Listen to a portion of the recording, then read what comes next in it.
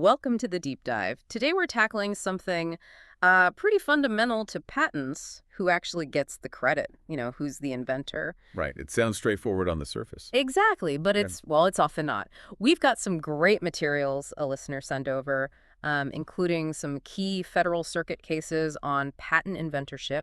We'll focus especially on one called Pannu v. Iolab. Ah, Pannu, yes. A very important one. And we're also going to contrast the U.S. approach with what's happening in India. There's this issue of patent mills, apparently. Yes, that's a significant concern there, unfortunately. So our mission today is really to dig into the legal details, the nitty-gritty of who gets named an inventor in the U.S., using Pannu as our guide, and then see how different things look in India. Understanding those contrasts is key. So have you ever really thought about who gets listed on a patent and I guess what the fallout is if they get it wrong? Okay, let's unpack this. Absolutely. And the consequences, as we'll see, can be quite severe. The legal framework is really specific. Okay, so starting with the U.S. then. What's the legal bedrock here? Why is getting the inventor's right so critical? Well, it all stems from a part of the law, 35 U.S.C. Section 102 IPAK. Think of it like this. You can't get a valid patent for something you didn't actually invent.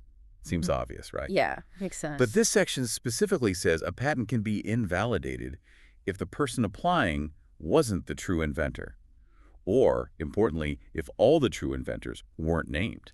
So leaving someone off who made a what did you call it, a significant contribution? Precisely. Leaving out someone who made a significant contribution, or, conversely, adding someone who didn't actually contribute, both can be fatal to patent validity. Wow, okay. That sounds pretty strict. What if it's just an honest mistake? People mess up paperwork, right? Is there any way to fix it? There is, thankfully. There's another section, 35 U.S.C. Section 256. Mm. The courts call it a narrow remedial mechanism. It lets you correct inventorship errors. If, and this is the key part, if the error happened without any deceptive intent. So a genuine mistake, an oversight, not trying to pull a fast one. So the law tries to balance, like, getting the facts right versus not punishing genuine errors too harshly. Exactly that. It aims for accuracy in who conceived the invention, but it provides an escape hatch for those good faith mistakes that inevitably happen in complex research. Right. Okay, let's dive into one of those big cases then. Pannu v. Iolab Corp. You said it was from 1998. What was the fight about? Yeah, 98. It was a patent infringement lawsuit. The patent, U.S. reissue patent 32,525, was held by Dr. Jaswant Pannu for an improved intraocular lens, the kind they implant during cataract surgery. Yeah. Iolab, the company Dr. Pannu sued, turned around and said, hold on, the patent isn't even valid because you left someone out.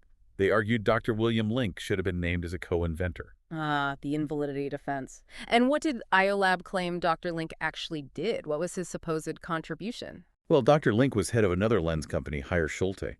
He met with Dr. Pannu about potentially licensing Pannu's original lens design.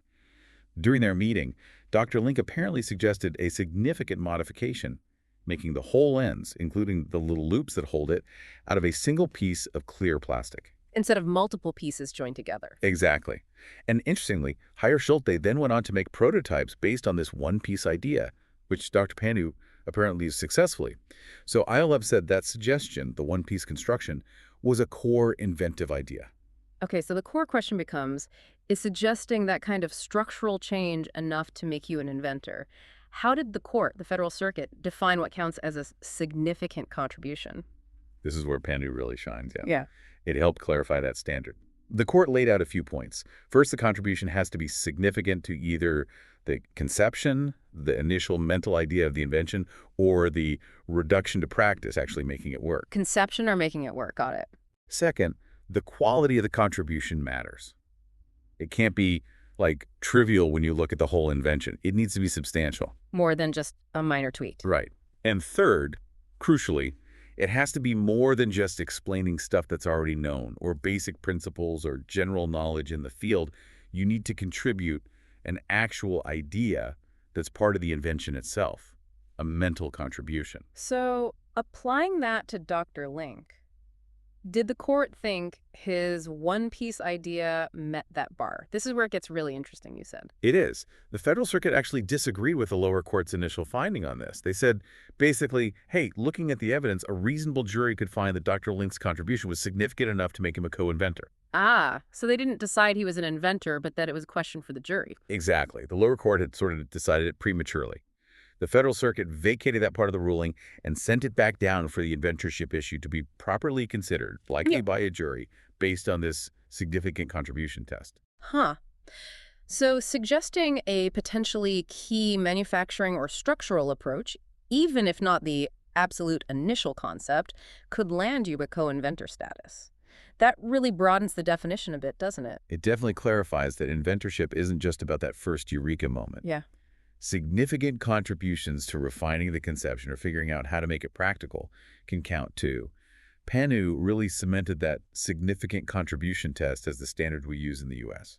Okay, and you mentioned Pannu wasn't alone. There were other Federal Circuit cases around this time that helped shape this area. That's right. Another one, also from '98, was Ethicon v. U.S. Surgical.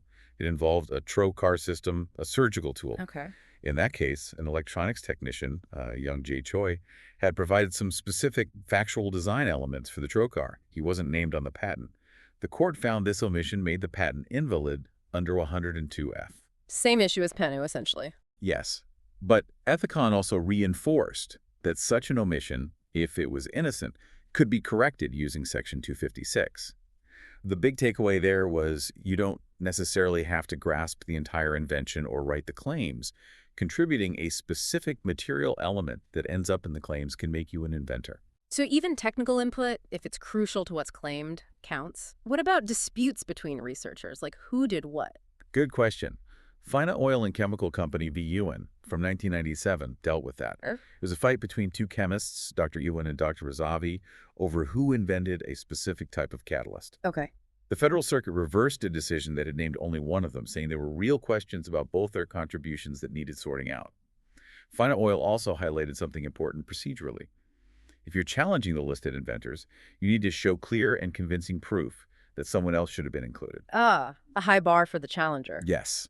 Before the patent owner even needs to think about using Section 256 to correct an error, the challenger has to meet that high burden of proof first.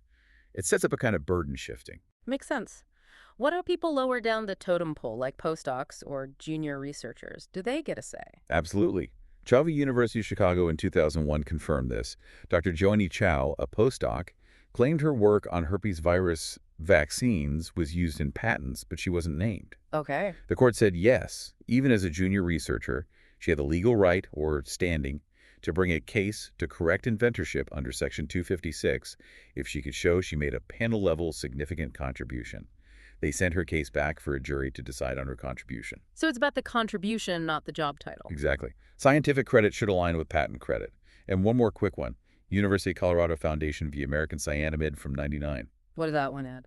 It involved university researchers claiming they were left off a patent for a reformulated prenatal vitamin. The key points were federal patent law, not state law, governs who's an inventor, ensuring uniformity. And again, Section 256 correction only requires showing the error was innocent, not needing any other justification. All right, keeping it consistent nationwide. Okay, so boiling all these cases down, what are the main takeaways on U.S. patent inventorship? Okay, I'd say three big things. One, inventorship is judged claim by claim. If you contributed significantly to even one claim, you need to be named, or the patent's at risk without a Section 256 fix. Claim by claim. Okay. Two, that significant contribution isn't just being involved or suggesting obvious stuff. It requires a real mental input, an idea that's integral to the invention as claimed. A specific inventive idea. Right. And three, Section 256 is the safety net for honest mistakes. But if challenged, the patent owner has to prove the error was genuinely unintentional and non-deceptive. The burden shifts after the initial challenge. Those seem like pretty clear, though potentially tricky to apply principles. How does this work now with, huge research teams and AI getting involved? Still very relevant. The USPTO just put out guidance in 2024 confirming that AI itself can't be an inventor, only humans. Okay, no robot inventors yet. Not yet. But the Pannu factors are still exactly what you'd use to figure out which humans contributed significantly, even if they were using AI tools. So Careful record keeping of who did what is more important than ever, as is using Section 256 quickly if you spot an error. Right. Document everything. Okay, so that's the U.S. picture. Structured, court-tested, with a correction mechanism. Now, let's pivot to India. The materials suggest a very different scene. A crisis of human inventorship. Yes, that's the term used, and it points to a really widespread issue. The core problem seems to be systemic misattribution of inventorship. Meaning? Meaning, it's apparently quite common for people who didn't make an inventive contribution, like managers, department heads, sometimes even just funders, to be listed as inventors on patents. Well, the actual inventors, the scientists or researchers doing the work, are left off. Exactly. That happens frequently, according to these sources. The people who actually conceived the invention might not get the credit on the patent itself. Wow. Why is that so common there? What's driving it? It seems to be a mix of things. One is just a lack of awareness or maybe understanding of the legal and ethical rules around who should be an inventor. So people might not know they're doing it wrong. That could be part of it. In academia, there might be like an ingrained culture where junior researchers feel obligated to include their supervisors, regardless of actual input. Then there's the more troubling aspect you mentioned earlier, patent mills. Right. Tell me more about those. These are described as entities, sometimes outsourcing firms or consultancies, that essentially treat inventorship as a service. They might help file patents, and for a fee or other benefits, add names to the inventor list, names of people who had little or nothing to do with the actual invention. So you can just buy your way onto a patent. That's the allegation, yes. Particularly in academic circles where patent counts can be important for promotions or funding. It essentially commercializes the title of inventor. That sounds, completely counter to the whole idea of a patent rewarding invention. Is there no legal way to challenge this in India? There is, on paper. The Indian Patents Act has a provision, Section 64(1)(c), that allows for a patent to be revoked if it was obtained based on a false suggestion or representation, which could include falsely claiming inventorship. Okay, so the tool exists. It exists, but the sources strongly suggest it's hardly ever used for this purpose. There's apparently a real lack of Indian court cases where a patent was successfully challenged and revoked, specifically because the wrong inventors were named. So, a law on the books, but no teeth in practice. That seems to be the situation. And this creates what the sources call a gray zone. Meaning? Meaning the real inventors who get left off have little practical recourse. And those who might be deliberately misrepresenting inventorship, perhaps through these patent mills, face minimal risk of consequences. The records can be manipulated without much fear of challenge. What does this do to India's innovation system and its reputation internationally? The potential negative impacts are pretty serious. Domestically, it can obviously discourage genuine innovators if they know they might not get credit. It erodes the integrity of their whole patent system. And globally. Globally, it damages credibility. If other countries' patent offices or potential business partners suspect that inventorship might be inaccurate on Indian patents, they'll view them with skepticism. Right. It could affect collaborations, licensing deals. Absolutely. Incorrect inventorship can lead to patents being invalidated later. It messes up the chain of title for ownership, and it puts international research partnerships and technology transfer at risk. It's a significant cloud. Okay, so wrapping up the comparison. Right. The U.S. has this defined legal framework, cases like Pannu providing tests, and Section 256 for fixes, even if it's complex. India, on the other hand, seems to be struggling with widespread incorrect attribution and a lack of enforcement. That captures the core contrast described in the materials, yes. The U.S. system emphasizes judicial review and has correction mechanisms, while the Indian system appears to lack effective enforcement and clear judicial precedent on this specific issue, leading to these reported problems. So given this situation in India, what are the suggested solutions? And maybe what are the lessons here for anyone dealing with patents anywhere? What should you, our listener, take away from all this? For India, the suggestions focus on making the existing system work better. Things like judges need to actually take on these inventorship cases more actively, use Section 64(1)(c) to set precedents, maybe send a message that this matters. Make the law have consequences. Yeah, exactly. Also, having the Indian Patent Office issue clearer guidelines, maybe like the USPTO's manual, could help. Introducing actual penalties for willful misrepresentation could act as a deterrent. Okay. And then there's education, training researchers, lawyers, academics on the proper standards. Plus, maybe whistleblower channels so people can report problems safely. Makes sense. And the broader lesson? I think the broader lesson, whether you're in the U.S., India, or anywhere else, is just how critical it is to get inventorship right from the start. It's fundamental to fairness, to encouraging real innovation, and to making sure IP rights are solid and defensible.